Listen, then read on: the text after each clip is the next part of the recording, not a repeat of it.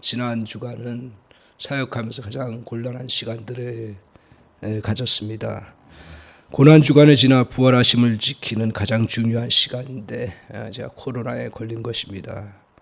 고난 주간 새벽 기도와 부활절 나눔 행사를 잘 해야 되는데 나아갈 수가 없는 것이었습니다. 이런 가운데 감사하게도 우리 성도님들의 귀한 부활절 나눔 행사의 헌물을 제공해 주시고 또 장로님들과 권사님들이 같이 부활절 계란 나눔 행사를 잘 진행해 주셔서 수고를 통해서 잘 마치게 되었습니다. 감사하게 생각하고요. 그리고 이제 제가 기도하다가 영상으로 성도님들과 이렇게 뵙고 말씀을 나누면 되겠다는 생각으로 강단에 섰습니다. 우리 성도님들도 이제 지금은 코로나의 끝자락으로 가고 있는데 이때 더욱더 항상 강건하시기를 바랍니다. 오늘 말씀의 제목은 무덤을 넘어 부활로 나가라 하는 말씀의 제목으로 저와 여러분이 은혜받기를 원합니다. 부활주일은 주님의 다시 사심을 기념하는 날입니다. 예수님이 무덤에서 다시 사셨습니다. 부활의 첫 열매가 되셨기에 우리 역시 마지막 날에 다시 사는 은혜를 입을 것을 기억하는 아주 중요한 날입니다. 우리의 신앙의 가장 정점은 종말에 다시 사는 것입니다. 이것이 없다면 우리의 신앙은 아무런 소용이 없는 것입니다. 하지만 마지막 날에만 부활을 기대한다면 현재에 사는 우리에게는 부활 신앙이 큰 의미를 부여하지 못할 것입니다.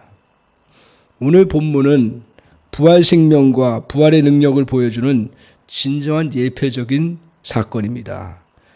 이 표적 사건은 예수님이 부활의 능력을 가지신 분임을 보여주는 기적 사건을 말합니다. 또한 모든 믿는 자에게 일어날 일들에 대한 샘플을 보여주기 위해서 남기신 것입니다. 그래서 이 말씀의 원리를 따라 순종하면 부활의 능력, 부활의 역사를 경험하며 살아갈 수 있다는 것을 깨닫게 하시기 위함입니다. 오늘 본문은 예수님께서 가장 사랑하시는 가정, 바로 나사로의 가정입니다. 마리아, 마르다, 나사로 3남매가 사는 가정입니다. 이 가정을 주님께서 방문하시는 그런 내용입니다. 그런데 이 가정에 가장 사랑하시는 주님이 가장 사랑하시는 가정에 가장 비극적인 슬픔이 찾아왔습니다. 두 누이 동생 마르다와 마리아를 놔두고 오빠 나사로가 젊은 나이에 세상을 떠난 것입니다. 그리고 안타깝게도 죽은 지 사흘이 되어서야 주님이 찾아오신 것입니다. 주님은 나사로의 시체가 있는 무덤으로 가자고 하십니다. 모든 것이 다 끝난 곳에 주님이 찾아가셨습니다. 모든 것을 다 이제 정리해야 되는 그러한 상황인데 주님은 아무도 해결할 수 없는 곳으로 오셨습니다. 여기서 비로소 주님은 일하기 시작하십니다. 주님은 삶 속에서 부활을 경험하는 길이 무엇인지를 오늘 이 사건을 통해서 보여주고 계십니다. 우리에게 참된 부활의 능력, 부활의 은혜로 살아가기 위해서 먼저 해야 될 것을 말씀하시는데 그것은 바로 우리에게 문제의 문을 열으라고 하시는 것입니다. 우리의 삶 가운데서 무덤은 어떻습니까? 철저하게 무력한 곳이죠. 내 힘으로는 도무지 어떻게 극복할 수 없는 곳입니다. 무덤에 있다라는 것은 모든 한계를 이제 한계가 있고 끝장났다라는 것이죠. 그리고 우리 한계를 벗어난 지독한 고통입니다. 도저히 해결이 안 되는 일들입니다. 이런 무덤에 주님이 오셔서 마르다와 마리아에게 말씀하시는 것이 있습니다. 39절에 한번 보실까요? 39절에 한번 보시죠. 39절 같이 한번 보겠습니다. 같이 한번 읽겠습니다. 예수께서 이르시되 돌을 옮겨 놓으라 하시니 그의 죽은 자의 누이 마르다가 이르되 주여 죽은 지가 나흘이 되었음에 벌써 냄새가 나나이다. 오늘 주님이 어떤 명령을 하십니까? 돌을 옮겨 놓으라고요. 그 이유는 그 당시 무덤이 있는 그 굴에 그곳에 그 굴에 시신을 매장했기 때문이었습니다. 시신을 매장하고 나서 그 동굴을 탔지요. 그때 큰 돌로 그 동굴을 탔습니다. 그런데 왜 주님께서 돌을 옮겨 놓으라고 하셨습니까? 그것은 바로 주님의 참된 부활의 능력을 경험하도록 하기 위해서 필요한 것이기 때문에 그렇습니다. 이 말씀을 이제 들은 마르다가 반론을 제기합니다. 오늘 주여 죽은 지가 벌써 나흘이 되었습니다. 벌써 냄새가 나서 시체가 부패해서 더 이상 들어가 볼 수가 없습니다. 끝났습니다. 주님 조금만 일찍 오셨어도 살 수 있었는데 이제 너무 늦었습니다. 병들었을 때 주님이 오셔서 기도해 주시고 또 고쳐주시면 살 수 있었을 것입니다. 하지만 이제는 더 이상 해결 방법이 없습니다. 이러한 고백 속에서 마르다의 믿음, 이 믿음은 어떤 믿음입니까? 제한적인 믿음인 것입니다. 주님의 역사하심을 제한한 것이죠. 인간의 이성으로는 맞습니다. 죽으면 끝입니다. 하지만 오늘 주님은 우리에게 무제한적인 믿음을 갖기를 원하시는 것입니다. 너무 늦었다고 생각하는 것이 우리에게 있습니까? 건강이 회복될 그러한 상황이 되지 않습니까? 또 끝장난 상황이 저 여러분에게 삶 속에서 펼쳐집니까? 하지만 주님은 이곳에서 오늘 찾아오셔서 새롭게 부활의 능력을 펼치기를 원하신다는 것입니다. 이러한 한계를 극복하도록 예수님께서 말씀하십니다. 오늘 40절을 한번 보실까요? 40절 같이 한번 보겠습니다. 40절에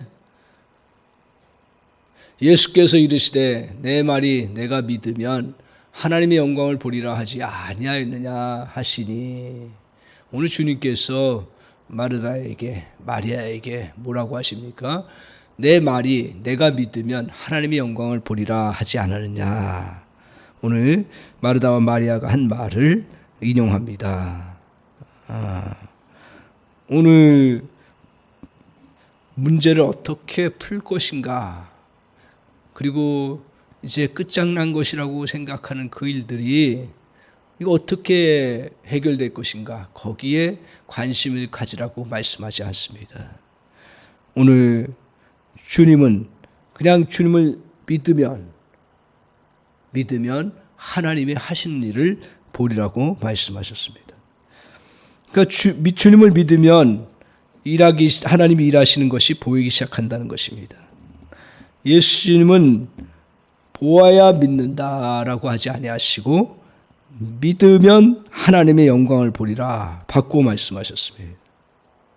이 말씀은 무엇입니까? 우리가 보고서 믿는 것이 아니라 믿어야 보이는 하나님의 역사가 이루어진다는 것입니다. 그래서 히브리서에 보면 믿음은 바라는 것들의 실상이라고 했습니다. 보이지 못하는 것의 증거라고 했습니다. 또한 주님께서 말씀하시기를 보지 못하고 믿는 자들이 복되다라고 말하고 있습니다. 그렇습니다. 믿는 것이 보는 것입니다. 도저히 극복되거나 회복될 수 없는 문제가 있습니까? 죽은 것처럼 인간의 상식으로 해결되기 어려운 부분이 있습니까? 앞이 보이지 않는 절망의 문제가 있습니까? 이때에 그 문제를 해결한 능력이 주님께 있음을 기억하시기 바랍니다. 그러나 주님은 먼저 우리에게 요구하시는 게 뭐예요? 그 문제의 문을 열도록 하신 것입니다. 아무리 큰 능력이 주님께 있어도 문제의 문을 여는 것은 우리의 책임이고 우리가 해야 될 일입니다. 종종 우리가 너무 커서 주님이 해결할 수 없는 일이라고 생각하고 닫아버릴 때가 있습니다. 문제를 해결하기엔 너무 늦었다. 이것은 주님이 오셔서 보셔도 할 수 없는 일이다 라고 생각할 수 있습니다. 하지만 믿음으로 우리의 막고 있는 돌을 열어 문제를 주님 앞에 내어드리는 것이 우리가 해야 될 일이라는 것이에요. 사람들이 이제 문제 문을 열었는데, 어렵게 믿음으로 열었는데 그 해결되지 않았다고 이야기를 합니다.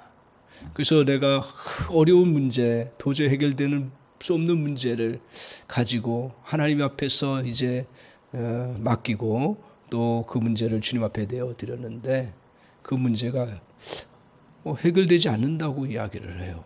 그런 일들이 참 많습니다. 그런데 저도 그렇고 많은 성도님들 보면, 자세히 보면 문제를 잠시, 문제에 대해서 문을 열었다가 또 그냥 닫아버리는 거예요. 마치 자동문처럼 내가 그 앞에 잠깐 서서 열어놓은 것 같은데, 근데 어느새 자기도 모르는 사이에 그냥 닫아놓고 그 문제만을 바라보는 경우가 참 많습니다. 우리 안에는 하나님의 능력을 제한하려는 그런 자동 습성이 있습니다. 인간의 책임은 하나입니다. 주님께 순종하는 것입니다. 다른 것이 없습니다. 돌을 옮겨 놓아야 하는 것입니다. 그것이 그 무덤 안에 어떤 형편이든지 어떤 그러한 상황이든지, 그리고 그 돌이 어떻게 내게 앞에 있든지 우리가 해야 될 일들은 그 문제, 커다란 문제를 그 하나 주님께 믿음으로 보여드리고 내어드리는 것이 우리가 해야 할 일입니다. 어둠과 악취, 그냥 그것은 우리가 해결할 문제가 아니고 주님께 그냥 내어드릴 일입니다. 과감히 안을 들여다보아야 합니다. 그것이 없이는 오늘 이 말씀을 통해서 우리에게 주님이 역사하지 않는다는 거예요. 오늘 예수님은 나사로의 죽음을 새로운 각도로 보시면서 말씀하셨어요. 마리아의 가정에 죄나 불행으로 보지 않았습니다. 그러면 무엇으로 보셨습니까?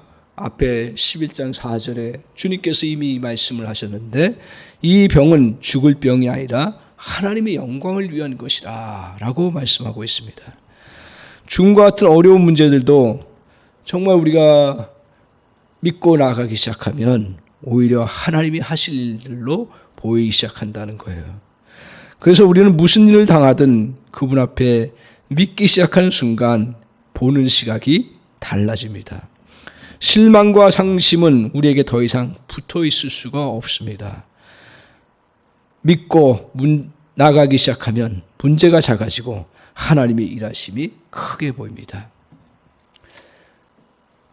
누구도 이스라엘 백성들은 골리앗을 물러뜨릴 수 없다고 생각했습니다.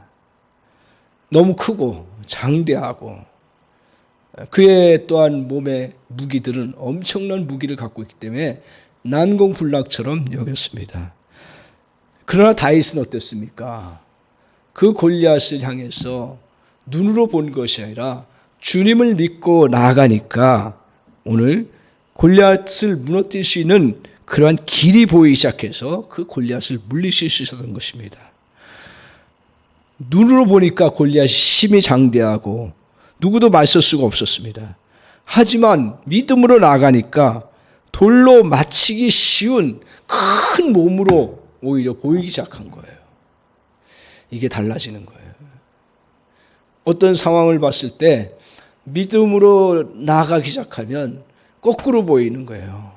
오히려 본질을 보게 하십니다. 눈으로 보니 큰 장비와 무기를 갖고 있는 골리앗이 대단하게 보였습니다. 하지만 믿고 나아가니까 그 장비를 갖추고 있고 무기 큰 것을 갖고 있는 그 골리앗의 몸이 너무 비대해 보이고 움직일 수 없는 그러한 존재라는 것을 알게 되었어요. 그러니까 다윗이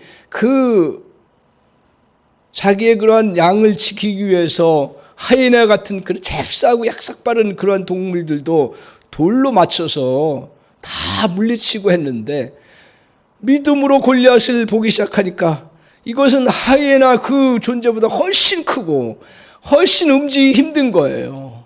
그러니까 다윗의 눈에는 얼마나 쉽게 보여요. 우리는 야, 다윗이 대단한 일을 했다. 여태까지 할 수 없었던 그러한 관역을 맞춰서 골리앗을 물리쳤다 하는데, 오히려 아마 그 상황 속에서 다윗은 오히려 믿음으로 나가니까 이렇게 쉬운 일이 있었구나 생각했을 것입니다. 오늘 믿으면 해결의 길이 보입니다. 우리 사랑하는 성도 여러분, 믿으면 길이 보이기 시작해요. 믿으면 새로운 상황들이 펼쳐지게 되어 있어요. 믿으면 주님이 일하시는 것들이 보이기 시작합니다. 오늘 주님의 부활의 능력을 경험하려면 믿고 돌을 옮기는 것입니다. 돌은 우리가 옮겨야 되는 것임을 믿습니다. 문제 앞에 있는 돌문을 열어야 주님이 일하십니다. 그걸 뭘로 열어요? 믿음으로 여는 거예요. 그러니까 저와 여러분이 해야 될 일들은 아무리 큰 문제여도 그냥 주님 앞에 믿음으로 그 돌들을 열어드리는 거예요. 그리고 닫지 마세요. 주님이 오시는 시간은 3일 늦은 것 같지만 그러나 가장 적절한 때예요.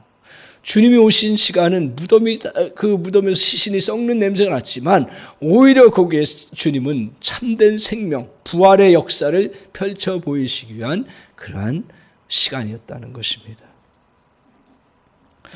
한편 예수님이 이렇게 기적들을 행하실 때 항상 따라오는 것이 있었습니다. 주님은 역사를 이루어 가실 때마다 하시는 일이 있었습니다. 42절에 이렇게 말씀하고 있습니다. 42절 한번 보실까요? 같이 한번 42절 같이 읽겠습니다. 항상 내 말을 들으시는 줄을 내가 알았나이다. 그러나 이 말씀을 하옵는 것은 둘러선 무리를 위함이니 곧 아버지께서 나를 보내신 것을 그들로 믿게 하려 하심이니이다. 오늘 무덤 앞에서 주님이 이제 많은 사람들, 마르다와 마리아 또 주변의 식구들 여러 사람들이 보고 있는 가운데서 주님이 의도적으로 하신 일이 뭡니까? 항상 내 말을 들으시는 줄 내가 알았나이다. 뭘 했다는 얘기예요? 주님이 기도하셨다라는 거예요. 오늘 주님은 성부이신 하나님과 항상 대화인 기도를 하면서 사역하시는 걸 보여줍니다. 그러면서 이렇게 우리가 둘러선 무리를 위함인 것이라고 오늘 이 말씀을 하고 있습니다. 어떤 문제든 기도로 나아가시면서 해결해 주신 것이 주님의 사역이십니다.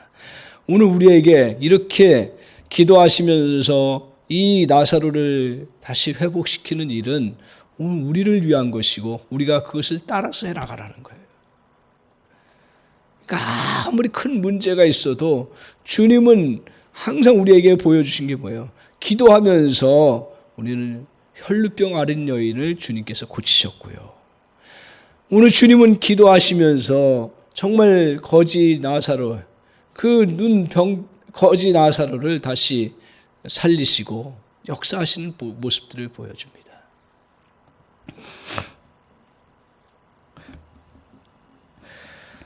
도저히 불가능한 문제 같아도 기도로 계속 비춰나가면 눈이 녹듯이 문제가 풀립니다. 그래서 주님께서 말씀하시네요. 오직 모든 내 기도와 간구로 너희 구할 것을 감사함으로 하나님께 아뢰라. 항상 기뻐하라. 쉬지 말고 기도하라. 범사에 감사하라. 이는 그리스도 예수 안에서 너희를 향하신 하나님의 뜻이니라. 주님 앞에 어떤 문제이든 감사로 바꾸고 기도로 품으면 새로운 부활의 능력을 경험하는 은총을 받습니다. 이런 은혜가 여러분의 꼭 삶 가운데 넘치시기를 바랍니다. 저 여러분에게 불가능한 돌들이 여러분을 막고 있습니까? 의심의 돌들이 우리에게 문제 앞에 막고 있습니까? 절망의 돌들에 막혀 있습니까? 그런데 그래서 더 이상 안에 있는 문제를 주님께 내어드릴 수 없다고 생각합니까? 다 끝났기 때문에요. 더 이상 주님이 오셔도 어떻게 할 수 없는 그러한 상황이기 때문에요. 하지만 주님은 하나님이 돌을 굴려주시지는 않습니다. 돌은 내가 굴려야 합니다. 돌을 옮겨놓을 때 생명의 주가 내 안에서 역사합니다. 그러면 그 무덤이 변하여서 소망의 동산으로, 부활의 동산으로, 환희의 동산으로 바뀌게 될 것입니다. 오늘 사는 역사가 여기저기서 일어날 것입니다. 이런 부활의 역사가 저와 여러분에 일어나기를 간절히 소원합니다. 오늘 이제 두 번째로 부활의 능력을 경험하기 위해서 주님께서 우리에게 원하시는 것이 있습니다. 그것은 바로 함께 마무리하라고 하는 말씀입니다. 마르다와 마리아가 이제 무덤 앞에 서서 주님이 이제 나사로야 하고 일어나 나오라 하셨을 때 그 나사로가 그 죽은 자리에서 다시 일어나서 꿈틀거리는 모습을 보기 시작했습니다. 누군가가 밖 안에서 나오는 소리가 들린 거예요. 이때 주님께서 44절에 한번 보십시오. 44절 같이 읽겠습니다. 죽은 자가 수족을 배로 동인채로 나오는데 그 얼굴은 수건에 쌓였더라. 예수께서 이르시되 그걸 풀어 놓아 다니게 하라 하시니라 말씀하셨습니다. 이제 죽은 자도 어떻게 해요? 수의가 입혀졌겠죠. 수건에, 얼굴은 수건에 쌓여 있고요. 몸은 다 천으로 둘러 있었겠죠. 근데 그때 주님께서 마르다와 마리아에게 하시는 말씀이 있었어요. 뭐라고 하냐면 저걸 풀어 놓아 다니게 하라고요.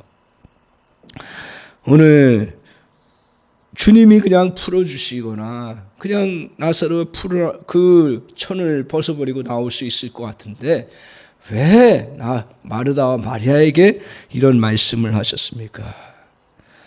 오늘 예수님은 하나님의 은혜의 능력으로 그들만이 할 수 있는 일을 하셨습니다. 예수님은 인간에게 할 수 있는 일을 요구하신 것입니다. 인간이 해야 할 부분이 남아있음을 분명히 하셨습니다. 예수님은 자신이 직접 하시지도 않았고 나사에게 하라고 하지도 않으셨습니다. 풀어놓아 다니게 하라고 사람들에게 명령하셨습니다. 이것은 오직 믿음의 사람들, 그 사람들이 협력을 통해서만 가능한 일이기 때문에 그렇습니다. 나사로는 자신을 꽁꽁 동여맨 질긴 그러한 세마포 자락을 자신의 힘으로는 벗겨낼 수 없었던 것입니다. 누군가가 천자락을 느슨하게 풀어줘야 자유롭게 다닐 수 있었습니다. 여기서 중요한 사실을 잘 보여주는 하나의 놀라운 그림이 있습니다. 우리 대부분은 자신의 과거의 무덤의 천조각을 주변 사람이 벗겨줘야 된다라는 거예요. 겉에 묶여있는 붕대를 벗겨주지 않으면 치유와 회복의 완전한 모습을 이룰 수 없다는 것입니다. 우리도 그렇습니다. 새 생명의 능력을 얻고 예수를 믿고 주님 안에서 믿음의 자녀가 되었습니다. 그러나 우리 겉에 여전히 이 세마포처럼 쌓여있는 그 겉자락처럼 우리를 둘러싸고 있는 것들이 얼마나 많은지 모릅니다. 그게 바로 옛사람이라는 거예요. 그래서 우리가 정말 이러한 겉자락들, 그러니까 그 과거에 그냥 쌓아놓았던 것들, 과거에 잘못된 나쁜 습관들, 또 남이 나한테 씌워놓은 잘못된 쇳덩어리들, 그리고 열등감, 수치심 이런 것들의 그 옷자락들이 저 여러분에게 둘러싸여 있습니다. 이것은 자기가 벗을 수 있을지 모르겠어요. 그러나 주님께서 원하시는 건 뭐냐면 이런 것들을 너희가 같이 믿음으로 이것을 걷어내라고요. 풀어놓아 다니게 하라고 말씀하고 있습니다. 오늘 믿음의 협력 없이는 결코 진정한 치유와 자유를 얻을 수 없습니다. 함께 풀어놓아주면 진정한 부활의 생명의 능력을 펼치며 살아갈 수가 있습니다. 슬픔과 어둠, 절망과 고통의 옷을 벗어버리고 진정한 부활과 소망으로 살아갈 수 있는 길은 서로 벗겨주는 거예요. 다른 게 없어요. 아무리 능력이 있어도요, 이게 세마포 자락들은 주님이 우리의 죽을 수밖에 없는 인생이고 잿덩이의 인생인데 거기에 묶여서 살아갔던 인생인데 그것들을 벗을 수 있는 길, 그것은 서로 주님 안에서 벗겨주는 것입니다. 제가 삼남매가 살고 있는 그러한 가정을 신방했습니다. 처음 신방을 받은 거예요. 그전에는 믿음 생활을 하긴 했지만 자기네 집안의 부분에 대해서 기도 부탁하고 할 그러한 생각을 전혀 못했던 거죠. 그러다가 지인의 권고로 목사님 모시고 예배드리고 하나님의 은혜를 우리가 누려보자. 이 삼남매 집안은 아버님 어머님이 일찍 돌아가셨어요.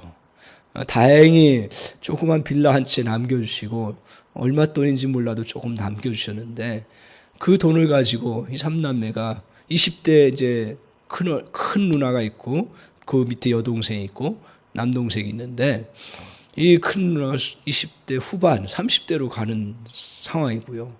그리고 다 중반 초반 정도 되는 동생들을 거느리고 있습니다. 부모님이 조금 남겨주신 그 재산을 갖고 살아가는데 여동생은 공부한다고 시험 공부한다고 그 또 돈이 들어가고요.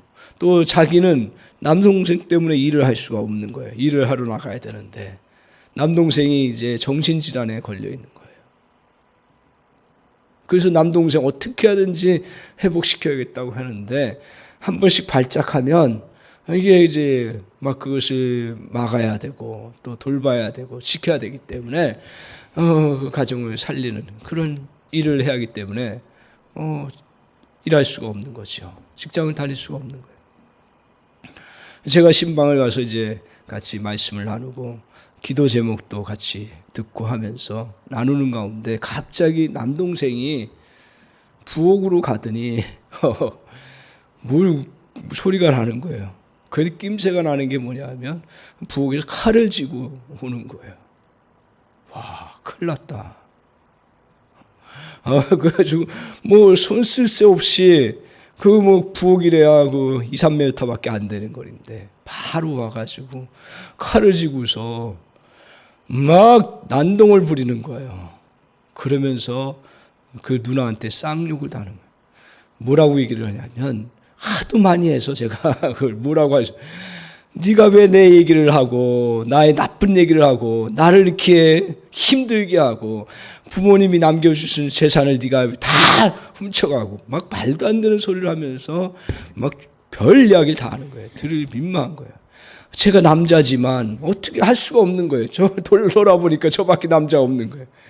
그래서 용기를 가지고 형제 좀 진정해 했지만 분을 못 참는 거예요.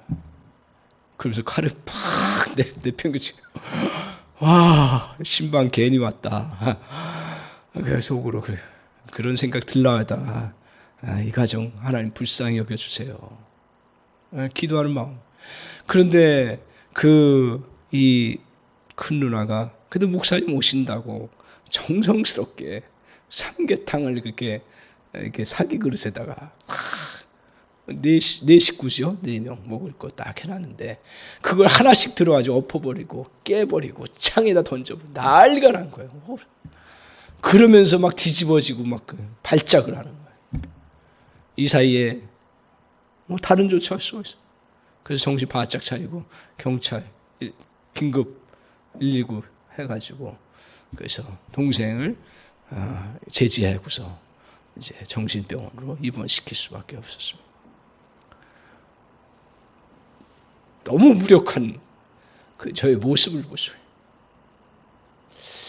야, 이거 이제 끝장난 거 아니냐. 더군다나 신방 와서 이런 일이 있었으니 끝난 거다. 목사로서 할 수 있는 게 없는 거예요. 너무 내가 불쌍하고 기도해줘야겠다고 생각하고 그 가정을 신방을 했는데 결과적으로 더 악한 상황이 났으니까요. 수지 안 갔으면 좋았을 텐데. 그런데 제 마음에 다시 그래, 이때도 우리가 믿음으로 나가야지. 아무리 절망스러운 상황에도 믿음으로 나가야지. 그래. 그러고서 그 큰 언니 되는 자매를 딱 붙잡고 어려운 상황이지만 기도합시다. 그리고 내가 우리 구역장님, 아주 신실한 구역장님 연결시켜 드릴 테니까 나하고도 물론 통화하지만 어려운 일 있으면 그분한테 기도 제목하고 그리고 계속 일주일마다 한 번씩 예배 드리고 같이 은혜를 나누라고 성경 공부를 하라고 그렇게 이제 이야기를 하고 당부를 했습니다. 다른 거 없다. 우리 그렇게 하자. 그래서 이제 제가 가끔 이제 구역장님하고 통화하면서 계속 드리고 있어요. 동생은 이제 정신병원에 약 먹고 있어요. 그러다가 이제 제가 교구가 바뀌어서 잘 모르는 상황이 됐지요. 물론 항상 관심은 있지만 연락을 이렇게 자주 취할 수 없는. 근데 어느 날 남동생이 저한테 갑자기 찾아온 거예요. 교회에 있는데 나 또 놀래가지고 이거 어떻게 도망가야 되나 그런 생각이 스쳐 지나갔다. 야, 목회자지. 어? 그래서 나 어떻게 그래 잘 지냈냐 태평하게 얘기했더니 목사님 제가 지금 많이 좋아져 가지고요 많이 회복하고 좀 이렇게 배달 일이지만 제가 일을 하고 있어요. 그리고 이제 많이 좋아져서 병원에서 이제 나가도 된다 그러고 또 일을 해도 된다 그러고 그리고 약을 잘 먹고 지내면서 할 수 있다고. 그 목사님 제가 또 결혼까지 할 생각이 있습니다. 그러는 거예요. 그래 기도하자. 그러면서 이제 돌려보내고 났는데 이제 제가 궁금해졌죠. 그래서 부역장님 통해서 물어보니까 이 동생 바로 여동생도 시험 잘 열심히 준비해서 또 좋은 곳에 취직이 됐고 이 남동생 완전히 회복되고 또 결혼을 해서 좋은 배우자 만나서 이렇게 잘 살아가고 있고 자신도 이제 일을 하게 됐다고 너무너무 감사하다고. 제가 그걸 보면서 그래 끝장난 것 같아도 주님 앞에 이렇게 우리가 그 문제를 내어드리면 우리 인간적인 상식이 더 악화되고 더 힘든 것 같아도 오히려 하나님은 그때서 더 개입하시고 역사하시는 은혜를 베풀어 주신다는 사실입니다. 그리고 우리가 그런 절망적인 상황 속에도 믿음의 눈으로 보기 시작하면 낙심되는 것과 또 회복되지 않을 것만 보이는 그러한 상황 속에서 오히려 하나님이 일하시는 것들이 보이기 시작하면서 소망이 생기는 거예요. 희망이 생기는 거고요. 다시 기쁨이 생기는 거예요. 오늘 사랑하는 성도님, 많은 문제들이 저와 여러분의 삶 가운데서 일어날 것입니다. 그중 가운데서 도저히 극복되기 어려운 문제나 고통이어서 감당하기 어려울 수 있는 일들이 참 많습니다. 저도 그렇습니다. 이때 우리는 단지 주님 앞에 문제의 문을 열어두십시오. 그리고 믿음으로 바라보십시오. 주님의 역사가 생명 역사가 일어나도록 내어드리는 것입니다. 또한 아울러서 이러한 부분들을 믿음의 사람들과 함께 나누는 거예요. 나의 연약한 부분들, 내 둘러싸여 있는 풀 수 없는 것들을 믿음의 사람들과 함께 서로 격려하면서 풀어나가는 거예요. 그러면 오늘 나사로가 완전하게 부활의 생명의 은혜를 경험한 것처럼 저와 여러분에게도 그러한 죽음과 같은 일이 회복되고 도저히 그 죽음과 같은 일이 회복되고 또 극복되고 참된 부활의 능력을 경험하는 은총이 저와 여러분의 삶 가운데서 일어날 줄 믿습니다. 아멘. 기도하겠습니다.